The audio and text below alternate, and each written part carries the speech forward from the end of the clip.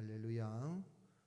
오늘도 하나님이 주시는 은혜와 평강이 넘치는 복된 날 되시기를 예수님의 이름으로 축복합니다.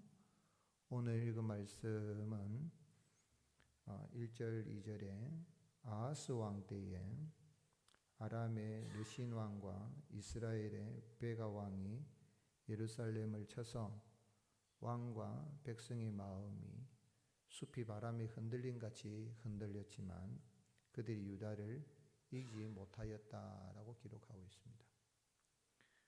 3절에서 9절 말씀에서는 하나님은 이사야 선지자를 통하여 아람과 에브라임의 악한 꾀가 이루어지지 못할 것이므로 두려워하지 말라라고 말씀하시면서 65년 내에 에브라임이 패망할 것이므로 굳게 믿으라고 말씀하십니다.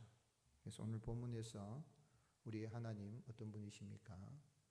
여호와 하나님은 나라의 흥망성쇠를 주관하시고 택한 백성은 반드시 지키시고 구원하시는 하나님이신 것을 알 수 있습니다. 유다 왕 제12대 아하스 왕은 주전 735년에서 716년간 통치했습니다. 우시야 왕이 죽고 난 다음에 이제 우시야 왕의 손자지요. 손자 때에 아람 나라와 북이스라엘이 예루살렘을 침략하였습니다. 그러나 하나님은 이사야 선지자를 통하여서 그들의 악한 꾀가 서지 못할 것이다. 이렇게 말씀하시면서 7절에 주 여호와의 말씀이 그 일은 서지 못하며 이루어지지 못하리라. 대저 아람의 머리는 다메섹이요 다메섹의 머리는 르신이며 65년 내에 에브라임이 패망하여 다시는 나라를 이루지 못할 것이며 에브라임의 머리는 사마리아요 사마리아의 머리는 르말의 아들이니라. 그렇게 말씀하십니다. 이게 무슨 이야기냐면 아람 왕 르신은 수도 다메섹만 통치하게 되고 또 이스라엘 북왕국 이스라엘 왕 베가는 수도인 사마리아만을 통치하게 되지 남왕국 유다의 머리는 하나님이 왕이시고 하나님이 머리시기 때문에 결코 예루살렘을 침략해서 이길 수도 없고 통치할 수 없다. 그런 이야기입니다. 말하자면 북왕국 이스라엘과 또 아람의 그 머리는 인간이지만은 유다 다윗의 후손이 통치하고 있는 유다 나라에는 그 머리가 하나님이시다. 그런 뜻입니다. 그러므로 그 악한 꾀가 이루지 못한다라는 그런 말씀입니다.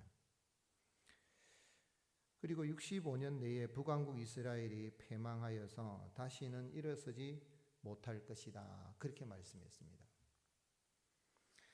그래서 본문의 이런 시점에 보면 이때가 아하스 왕 제 1년이 될 수도 있고 2년이 될 수도 있는데 2년으로 보았을 때에 주전 734년경으로 보면 에브라임의 패망이 주전 721년 또는 722년에 이루어지게 되고 그것을 보면 십몇 년 내에 일어나는 일이지요.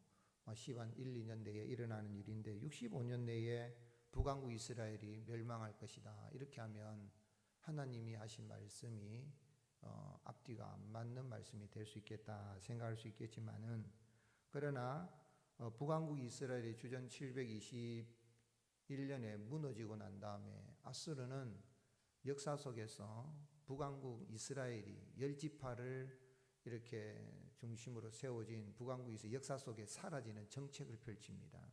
그게 주전 670년까지 그래서 외국의 다른 나라의 민족들을 데려와서 혼혈 정책을 해서 역사 속에 이스라엘은 사라지게 되고 사마리아인 예수님도 사마리아인 이방인이라 그랬습니다.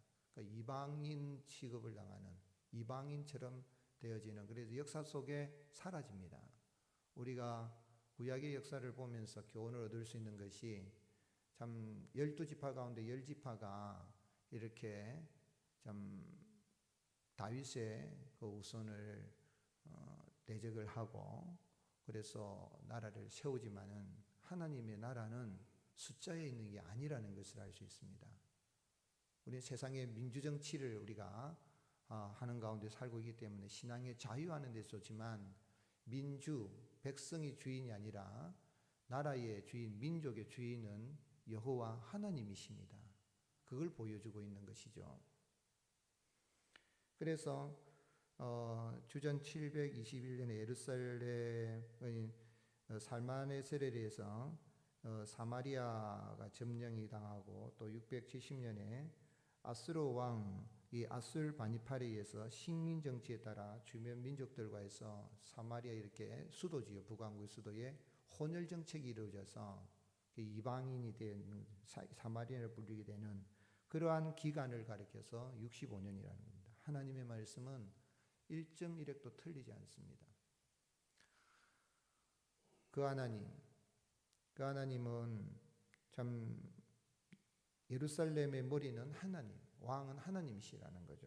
그래서 나라의 흥명성쇠를 주관하시는 그 택한 백성을 반드시 지키고 구원하시는 하나님이 이 땅에 그의 백성들을 구원하시기 위해서 친히 사람의 몸을 입고 오셨습니다. 그리고 우리 예수님께서는 요한복음 6장 39절에 뭐라고 말씀하셨냐면 나를 보내시니 하나님이시죠. 여호와 하나님 아버지의 뜻은 내게 주신 자 중에 내가 하나도 잃어버리지 아니하고 마지막 날에 다시 살리는 이것이니라. 여러분, 우리 구원의 확신이 여기에 있는 겁니다. 우리 인간의 노력에 있는 게 아닙니다.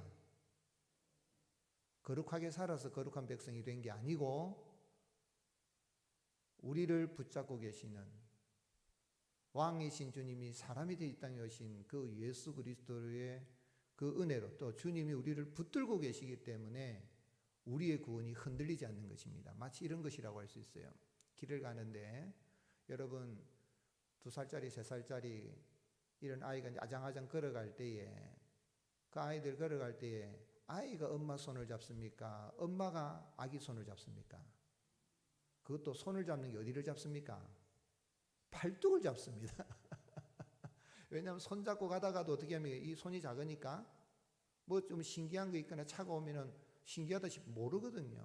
쏙 빠질 수가 있으니까 팔뚝을 잡습니다. 하나님이 바로 그런 거예요. 그런 이야기입니다. 우리 예수님 오셔서 우린 연약합니다. 추하고 더러운 죄인이지만 우리를 의롭다고 여겨주신 것입니다. 아멘이십니까?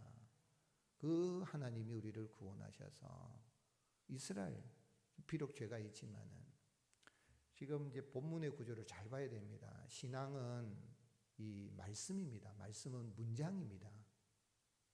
우리가 성경을 볼 때에 이사야의 전체에 보면 이제 39장까지가 전반부인데 39장의 전반부 중에서 우리가 이제 어제 6장의 말씀인데 이사야가 이제 소명을 받은 주전 740년인데 1장에서 5장까지는 1장의 하나님의 심판, 2장의 회복, 3장의 심판, 4장의 회복, 5장의 심판과 회복을 이야기하고 이사야의 소명을 이야기합니다. 그리고 다시 또 이제 6장에서 7장에서 이제 12장까지가 되는데 12장까지 내용 속에 보면 하나님이 또 심판하시지만 또 회복시킨다는 얘기가 나오는 거예요. 그 이야기가 이제 전개됩니다. 한번 따라 하시겠습니다. 점진적 계시. 이게 뭐냐면 점점점 조금씩 밝히는 거예요. 희미해지는데 그래서 같은 내용이 반복되어지는 것 같아도 오직 하나님만을 의지해라. 점진적으로 계시해 주시는 거지.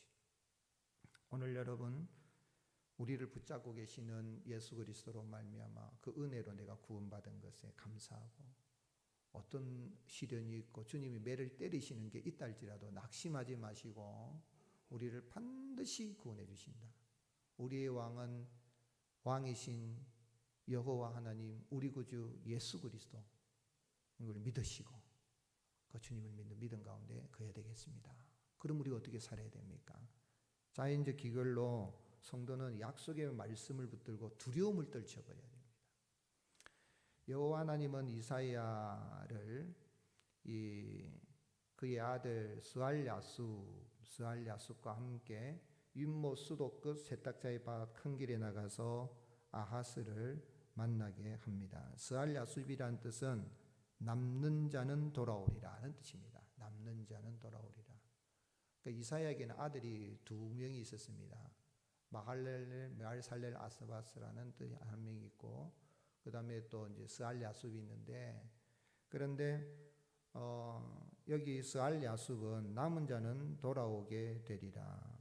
하나님께서는 그의 택한 백성은 반드시 돌이키시겠다는 그런 의미로 이사야의 뜻은 무엇이라 그랬습니까?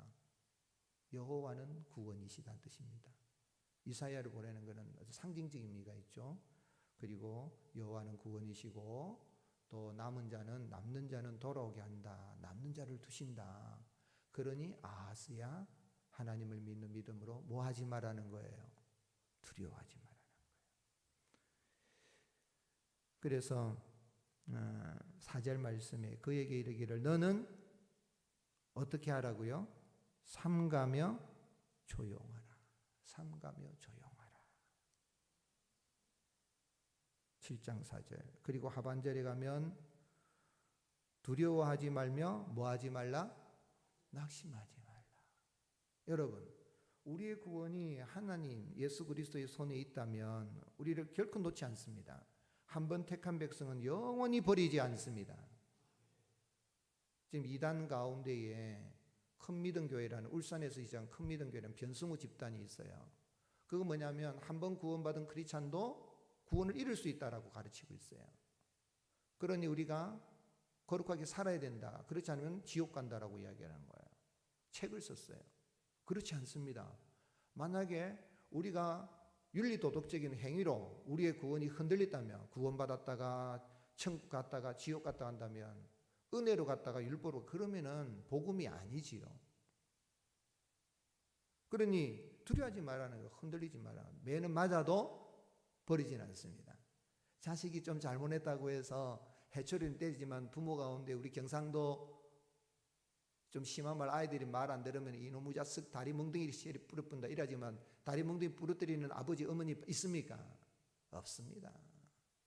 하나님이 화가 나셔서 진노하셔서 다 멸망하리라. 그러나 그렇지 않습니다. 아람과 에브라임이 동맹해서 유다를 쓰러뜨리고 다브엘의 아들을 왕으로 세우겠다라고 이야기합니다. 이게 다브엘이 누군지는 모릅니다. 그러나 다윗 왕조를 무너뜨리고 자기들의 정책에 순응하는 괴뢰 정권을 세우고자 했던 것입니다. 그러나 여호와 하나님은 다윗과의 언약을 기억하시고 다윗의 후손으로 어제 우리가 묵상한 임마누엘 메시아가 오실 길을 예비하기 위해서 택한 백성 유다를 버리지 않는 겁니다. 그게 잘나서 그리 된 거 아니에요. 거룩하게 살고 윤리도덕적으로 바르게 살아서 하나님 붙잡고 있는 게 아니라 하나님이 다윗의 후손으로 오실 누구를요? 임마누엘 메시아를 보낼 길을 예비하기 위해서 이 아하스와 유다 백성을 붙잡고 있는 겁니다. 똑같이 다시 오실 그 예수님을 맞이하기 위해서 하나님의 나라를 세우기 위해서 우리를 붙잡고 계신 것입니다. 그게 은혜입니다. 믿는 것도 은혜고 내가 믿음으로 사는 것도 은혜고 상급을 받는 것도 은혜로 받습니다. 내 노력으로 받는 거 아닙니다. 그래서 재미있는 게 9절 말씀을 하반절에 보면 믿지 아니하면 너희는 굳게 서지 못하리라 했는데, 이 번역이 어떻게 하느냐에 따른 우리 번역도 잘된 번역이라고 그렇게 해야 되겠지만은 이 히브리어 번역을 다시 해보면 믿게 하지 아니하면 너희는, 그러니까 굳게 하지 아니하면 너희는 진실로 굳게 서지 못하리라 이래 돼. 앞에는 뭐냐면 사역형입니다. 하나님이 믿게 하여 주지 아니하시면, 그리고 너희는 믿어지지 못한다. 그러니까 하나님이 굳게 서지 못한, 같은 단어가 아만이라는, 우리가 아멘 하잖아요. 아멘. 아멘이라는 뜻은 믿습니다, 확실하게 됩니다, 이런 뜻이거든요. 아만이라는 동사를 여기 썼는데 두 번 쓴 거예요. 우리 성경에는 믿지 아니하면 또 서지 못하리라 동사가 다르지만은 히브리어는 동사 같은 단어입니다. 하나님이 아멘으로 해주지 아니하시면, 아멘 하는 것을 믿어지게 아니하시면 너희가 믿지 못하리. 즉 말하자면 구원받은 것도 은혜로 받고 믿음에 굳건히 서는 것도 은혜로 된다. 그런 이야기입니다. 오늘 여러분, 우리 주님이 우리를 믿게 하여 주신 은혜를, 또한 이 말씀은 한 번만 되는 게 아니고 계속 미완료형입니다. 완료될 때까지 계속 하나님이 믿게 하여 주셔서 믿음의 굳건에 서게 되면 모든 두려움을 떨쳐버릴 수가 있는 것입니다. 오늘 하루도 주님의 약속의 말씀을 붙들고 모든 두려움을 떨쳐버리고 승리하는 날 되시기를 예수님의 이름으로 축복합니다. 하나님 아버지,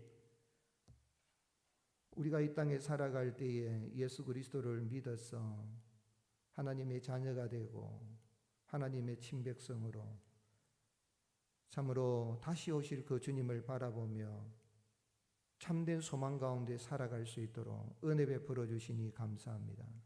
하나님, 우리에게 믿음을 선물로 주셔서 구원받게 해주신 주님 오실 날이 임박한 이 때에 우리에게 믿음을 주셔서 기도하게 하시고, 기도할 때 믿음이 더 강화되게 하시고 강건하게 해주시고, 언제 주님 오시더라도 두려움 없이 사도 요한이 외쳤던 것처럼 아멘 주 예수님 속히 오시옵소서라는 믿음 가운데 거하게 하여 주시옵소서.